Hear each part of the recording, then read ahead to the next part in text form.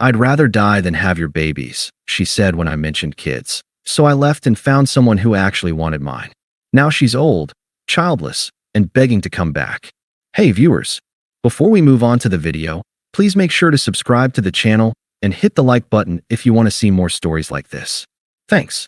This happened 4 years ago, but I'm sharing it now because Jessica just showed up at my daughter's first birthday party uninvited, and I think I need to get this whole story off my chest. I met Jessica when I was 24 and she was 22. We worked at different companies, but ran in the same social circle. She was gorgeous, ambitious, and had this energy that just drew people in. I was completely smitten from day one. Looking back, I should have noticed that the energy I found so attractive was actually her constantly scanning the room for better options.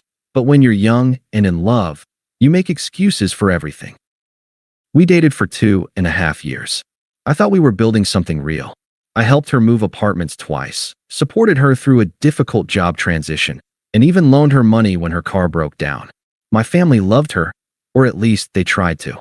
My mom later told me she always felt like Jessica was performing whenever she came around, but she kept that to herself because she could see how happy I thought I was. The beginning of the end happened on a Saturday night in March. Our friends Dave and Qley had invited us over to meet their new baby, Emma. She was maybe 3 months old, just this tiny perfect little thing. I've always been good with kids. I'm the uncle who gets down on the floor and plays, the one who volunteers to hold the baby so the parents can eat dinner in peace. That night, Emma was fussing and Qley looked exhausted. Without thinking, I asked if I could try to calm her down. I walked around their living room, bouncing her gently and talking to her in that stupid voice people use with babies. She stopped crying almost immediately and just stared up at me with these huge eyes. "You're a natural," Dave said, grinning. "Emma likes you more than she likes me half the time. He's going to make such a good dad someday," Qley added, settling back into the couch with obvious relief. I felt this warm glow in my chest. "I hope so," I said, still swaying with Emma. "I've always wanted to be a dad. Can't wait, honestly." I glanced over at Jessica to include her in the moment, maybe share a smile about our future together. Instead, she was staring at her phone, jaw tight. The temperature in the room seemed to drop 10 degrees. "We should probably get going," she said without looking up. "I have an early meeting tomorrow." It was 8:30 on a Saturday night. The car ride home was silent except for the radio. I kept replaying the evening, trying to figure out what had shifted. When I pulled into our apartment complex, I finally worked up the courage to ask, "Hey, you seemed uncomfortable tonight when I was holding Emma. Is everything okay?" Jessica was already unbuckling her seatbelt. "Can we not do this right now?" "Do what?" "I just thought maybe we could talk about our future sometime. I know we're young, but..." She whipped around to face me, and the look in her eyes was something I'd never seen before. Pure disgust. "Our future? Mark, I'd rather die than have your babies." I felt like I'd been slapped. We'd never seriously discussed kids, but I'd assumed. I mean, we'd been together over 2 years. We'd talked about moving in together officially, maybe getting engaged after I got my next promotion. "Jessica, what are you? Can you imagine what disgusting little trolls we'd make? With your genetics?" She laughed, but it wasn't a nice sound. "Thank God I'm on birth control." I sat there in stunned silence. This wasn't just about not being ready for kids. This was about me. About what she thought of me as a person, as a potential father, as someone whose DNA she couldn't even imagine mixing with hers. "Look at you," she continued, apparently taking my silence as permission to keep going. "Look at your family. Do you really think I want that life? Suburban mediocrity? Kids who look like miniature versions of you." I turned off the car. My hands were shaking. "I'm saying I can't picture anything worse than being stuck with your kids," she finished. "There. Now you know." I wanted to defend myself. I wanted to ask her why she'd been with me for 2.5 years if she found me so repulsive. I wanted to understand how someone I loved could say such cruel things about something so important to me. Instead, I just nodded. Okay. Okay, what? Okay, I heard you." She seemed surprised that I wasn't fighting back, wasn't trying to convince her otherwise. She grabbed her purse and got out of the car, slamming the door harder than necessary. I sat in that parking spot for another 20 minutes, just processing what had happened. Then I went upstairs, brushed my teeth, and went to bed. Jessica was already asleep, or pretending to be. The next few days were weird. Jessica acted like nothing had happened. She made coffee in the morning, kissed me goodbye, asked about my day when she got home. But something fundamental had broken in me. I started seeing our entire relationship differently. How many times had she made little comments about my job not being exciting enough? How often had she steered conversations away from my family, my hometown, my interests? How many times had she introduced me to people as if she were apologizing for me? I'd been making excuses for years. The following Thursday, while Jessica was at her weekly happy hour with coworkers, I packed my stuff. I didn't take anything that was ours, just my clothes, my books, my guitar. I left a note on the kitchen counter. I hope you find whatever you're looking for. Then I blocked her number and all her social media accounts. She tried calling from different numbers for weeks. She showed up at my new apartment twice, but I just didn't answer the door. Mutual friends asked what happened, and I kept it simple. We wanted different things. That was the truth, wasn't it? For the first few months, I was a mess. Not because I missed Jessica. I realized pretty quickly that I missed the idea of Jessica more than the actual person. But because her words had planted this seed of doubt about myself. Was I really as pathetic as she made me sound? Would any woman actually want to have kids with me? I started going to therapy. I focused on myself for the next 8 months. Hit the gym consistently, started playing guitar again, reconnected with friends I'd neglected during the Jessica years. I wasn't looking for a relationship. I was just trying to remember who I was when I wasn't constantly worried about whether I was disappointing someone. That's when I met Sarah. I was at this little bookstore downtown, browsing the philosophy section, when someone behind me said, "Nietzsche? Really?" I turned around to find this woman with curly brown hair and the brightest smile I'd ever seen. I know, I said. Very pretentious 20-something guy of me. Actually, I was going to say brave. I tried to read Beyond Good and Evil in college and wanted to throw it across the room after 20 pages. We ended up talking for 2 hours. Sarah was a third-grade teacher, funny and warm, and genuinely interested in hearing my thoughts about everything from books to travel to what I'd wanted to be when I grew up. When I mentioned that I worked in IT but was considering going back to school for engineering, she lit up. "That's amazing. What kind of engineering? Not, why would you want to start over? Or isn't that a lot of work?" Just genuine enthusiasm for my dreams. 3 months later, we were officially dating. 6 months after that, I knew I wanted to marry her. The conversation about kids happened naturally, the way these things should. We were babysitting her sister's twins for the weekend, and I was helping 6-year-old Marcus with a puzzle while Sarah braided 4-year-old Lily's hair. "You're so good with them," Sarah said, glancing over at me. "I love kids. Always have." I held my breath, waiting for the familiar tension, the subject change, the emotional withdrawal. Instead, Sarah grinned. "Me too. I became a teacher partly because I wanted to work with kids even before I had my own." "You want kids? Your own kids? Of course. Don't you?" It was such a simple question, asked with such genuine curiosity. No judgment, no disgust, no analysis of my genetic worthiness. "Yes," I said. "I really do." "Good," she said, and went back to braiding. "I was hoping you'd say that." That was it. No drama, no cruelty, no need to defend my desire to be a father. Just two people who wanted the same things, building toward them together. Meanwhile, I heard through mutual friends that Jessica's life was getting complicated. She dated a series of guys who seemed impressive on paper, but turned out to be commitment-phobic or just plain jerks. One of them was apparently seeing 2 other women the entire time they were together.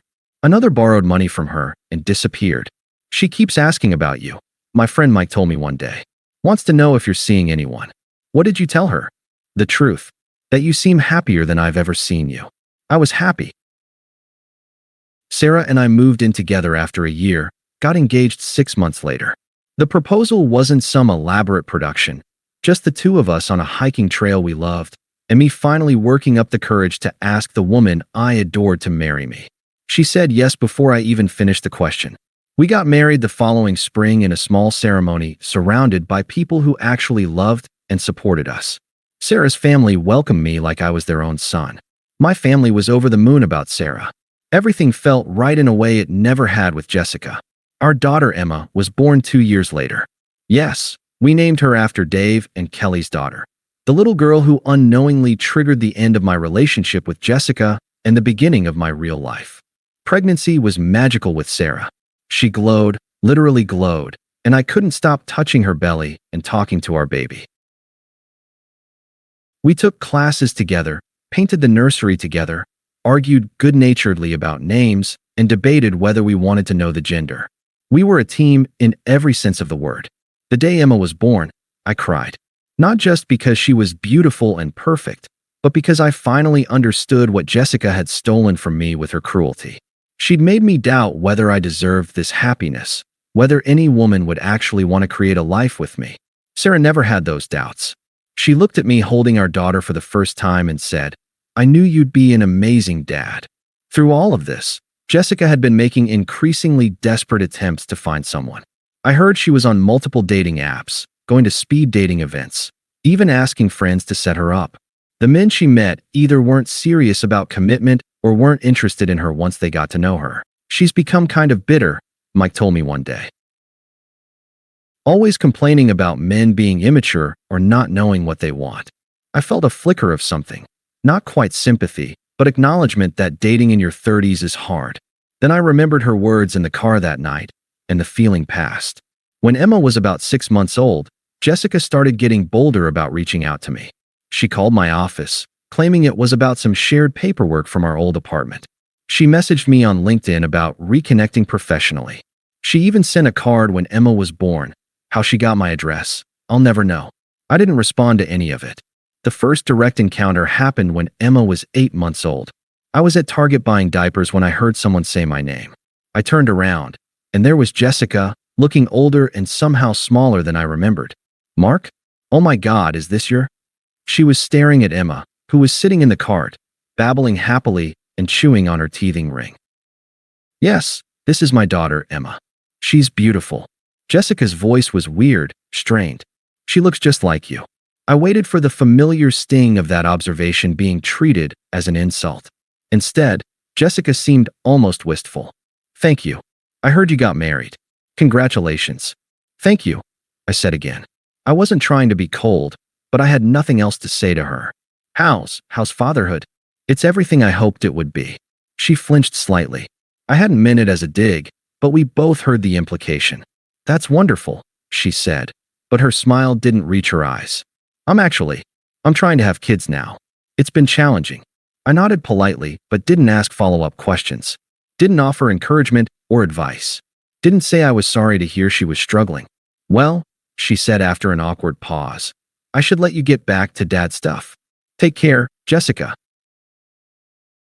I pushed the cart toward the checkout line, and she was just another stranger in the store. The next encounter was more uncomfortable. Sarah and I were at our friend's barbecue when Jessica showed up. Apparently, she'd been dating someone in their extended social circle and got invited as his plus one. She spent the entire afternoon hovering near us, making small talk with Sarah, complimenting Emma, asking about our house, our jobs, our life. Her date seemed nice enough, but I could tell he had no idea what was going on. "So how long have you two known each other?" Sarah asked Jessica at one point, perfectly polite, but with a slight edge that told me she'd figured out who this was. "Oh, Mark and I dated years ago," Jessica said casually. "We were together for a while, but we wanted different things." Sarah just nodded and turned her attention back to Emma, who was attempting to eat grass. Later, as we were getting ready to leave, Jessica cornered me by the cooler. "She seems lovely," she said, nodding toward Sarah. "She is. You look happy." "I am. I've been thinking about us lately. About what went wrong." I lifted Emma out of her stroller and secured her in the car seat.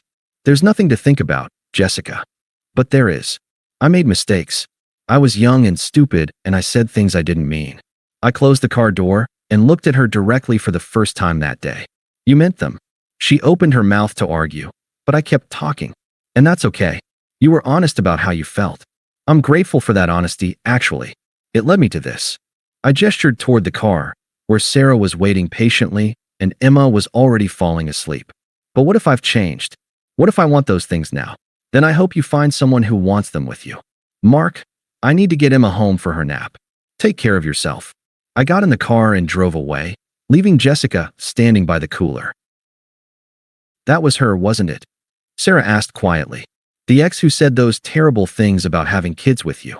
I told Sarah about Jessica early in our relationship, partly because I wanted her to understand why I was so insecure about certain things, and partly because I never wanted there to be secrets between us. Yeah, that was her. She looked miserable. Did she? I hadn't noticed. I'd been too focused on getting through the conversation and getting back to my family. The final encounter happened last week, at Emma's first birthday party. We were having it at the community center near our house. Nothing fancy, just family and close friends celebrating our little girl's first year of life. I was outside setting up tables when I saw a familiar car pull into the parking lot. My stomach dropped. Jessica got out, carrying a wrapped present and wearing a dress that was way too formal for a 1-year-old's birthday party. She'd clearly done her research to find out when and where this was happening. Sarah appeared beside me, having spotted her through the window. "Do you want me to handle this?" she asked quietly. "No, I've got it." I walked over to intercept Jessica before she got to the building. "Hi, Mark," she said, holding up the present like a peace offering. "I brought something for Emma." "Jessica, you can't be here." I just wanted to know. My voice was firm, but not angry. "This is my daughter's birthday party. My family is in there. You weren't invited, and you're not welcome. I just want to see her. To wish her happy birthday. She's 1 year old. She doesn't know you exist, and I'd like to keep it that way." Jessica's composure finally cracked. "Please, Mark. I know I messed up. I know I said horrible things. But I've changed. I want kids now. I want what you have. Then build it with someone else. But I can't. No one wants. I mean, dating is so hard, and I'm running out of time, and..." She stopped herself, but the words hung in the air between us. "I'm sorry you're struggling," I said, and I meant it. "But that has nothing to do with me. It has everything to do with you. You were the one who actually loved me, who wanted a future with me. And I threw it away because I was an idiot. You threw it away because you looked at me and couldn't imagine anything worse than having children with me. Those were your exact words. I was wrong. No, you were honest. And I'm grateful for that honesty, because it led me to Sarah. It led me to this life, this family, this happiness that I wouldn't trade for anything." I could see tears starting to form in her eyes, but I felt nothing. Not anger, not satisfaction, not pity. Nothing. "I have to go inside now. My daughter is waiting for her birthday party to start. Mark, please. Can we just..." "Goodbye, Jessica." I walked back toward the building. Behind me, I heard her car door slam and the engine start. Inside, Sarah was bouncing Emma on her hip while my mom set up decorations. "Everything okay?" Sarah asked. "Perfect," I said, and kissed them both. Later that evening, after Emma had thoroughly destroyed her birthday cake and all the guests had gone home, Sarah and I were cleaning up. "Do you think she'll keep trying?" Sarah asked. I thought about it. Jessica at 38, finally understanding what she'd lost. Watching other people have the things she'd rejected. Realizing that you can't go back and unsay words that cruel. Maybe, but it doesn't matter. How can you be so calm about all this? I looked around at the remnants of our daughter's party, the decorations made with love, the toys from friends and family who adored Emma, the photos of the three of us covered in cake and grinning like maniacs.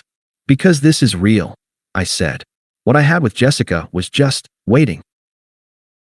Waiting for the right person to want the same things I wanted. Waiting for someone who thought having my kids would be the best thing in the world, not the worst. Sarah smiled and kissed me, tasting like birthday cake and happiness. "I love your genetics," she whispered against my lips. "Good thing," I whispered back.